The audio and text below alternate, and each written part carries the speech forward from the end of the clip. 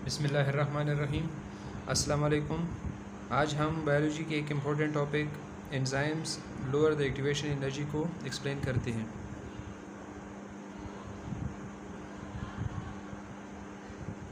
Enzymes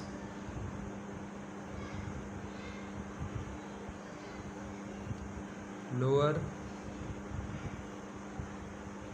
ये एक important topic है, इसको आप अच्छी तरह समझने की कोशिश करें। Enzymes lower the activation energy,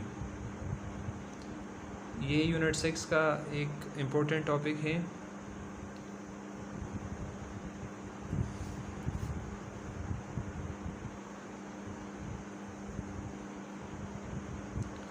तो इस टॉपिक को हम डिस्कस करेंगे।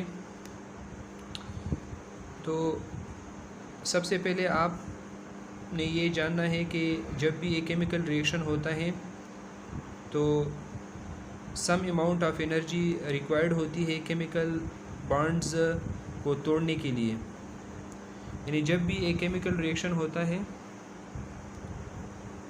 तो उसमें मौजूद रिएक्टेंट्स के अंदर जो केमिकल बॉन्ड्स होते हैं उनको तोड़ने के लिए कुछ एनर्जी ज़रूरी होती है, और इस एनर्जी को हम एक्टिवेशन एनर्जी कहते हैं। यानी एक्टिवेशन एनर्जी वो एनर्जी होती है जो केमिकल रिएक्शन को स्टार्ट करने के लिए रिक्वायर्ड होती है।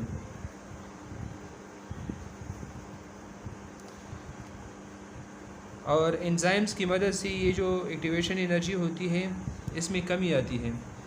सपोज़ एक केमिकल रिएक्शन के लिए, सपोज़ मैं इधर एक जनरल केमिकल रिएक्शन यानी इक्वेशन लिखता हूँ, A+B मेक C+D। सपोज़ ये एक केमिकल रिएक्शन है और इसको स्टार्ट करने के लिए ज़्यादा एनर्जी की ज़रूरत होती है, और ये ज़्यादा एनर्जी पर कंप्लीट होता है ये केमिकल रिएक्शन। तो अगर एंजाइम्स इसमें ऐड हो जाता है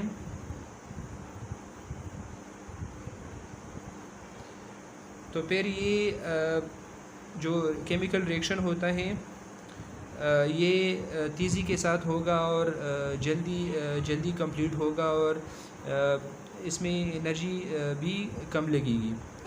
तो एंजाइम्स की मदद से एक्टिवेशन एनर्जी में कमी आती है। यानी एक्टिवेशन एनर्जी वो एनर्जी होती है जो रिएक्टेंट्स के अंदर जो एटम्स होते हैं उनके दरमियान में जो बॉन्ड्स होते हैं उनको तोड़ने के लिए जो एनर्जी रिक्वायर्ड होती है उसको एक्टिवेशन एनर्जी कहते हैं।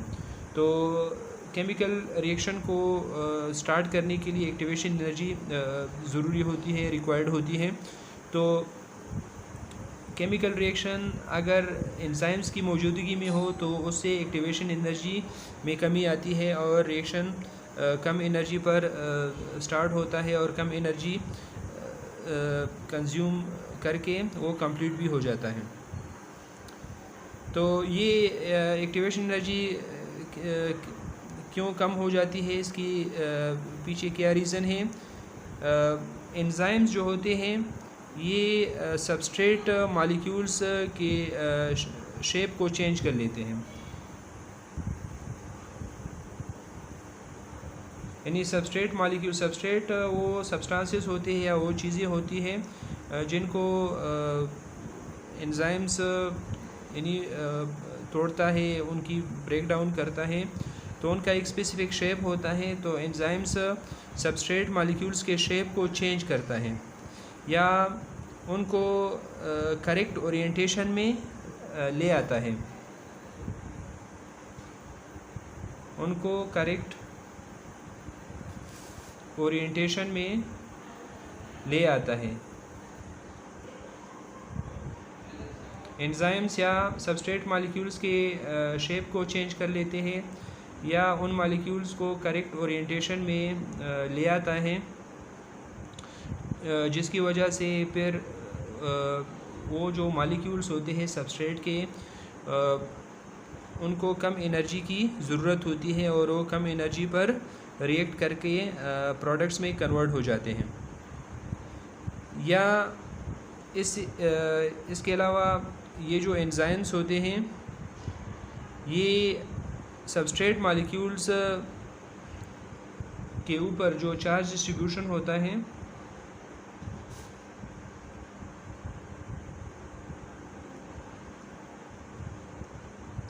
यानी सबस्ट्रेट मॉलिक्यूल्स के ऊपर जो चार्ज डिस्ट्रीब्यूशन होता है उसको भी समटाइम्स ये चेंज कर लेता है, जिसकी वजह से फिर कम एक्टिवेशन एनर्जी केमिकल रिएक्शन के लिए दरकार होती है।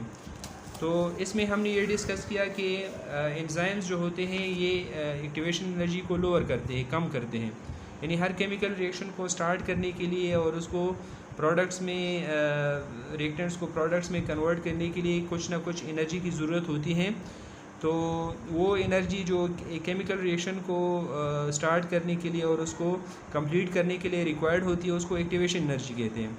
अगर एंजाइम्स एक केमिकल रिएक्शन में पार्टिसिपेट करते हैं, हिस्सा लेते हैं, तो फिर एक्टिवेशन एनर्जी में कमी आती है। और इसकी वजह ये है कि ये जो एंजाइम्स के मॉलिक्यूल्स होते हैं, ये जो एंजाइम्स होते हैं ये सबस्ट्रेट मॉलिक्यूल्स के शेप को चेंज कर लेते हैं या उन मॉलिक्यूल्स के को करेक्ट ओरिएंटेशन में ले आते हैं, या उन मॉलिक्यूल्स के ऊपर जो चार्जेस होते हैं, सबस्ट्रेट मॉलिक्यूल्स के ऊपर जो चार्जेस होते हैं उन चार्जेस की डिस्ट्रीब्यूशन को वो डिसरप्ट कर लेते हैं, चेंज कर लेते हैं, जिससे फिर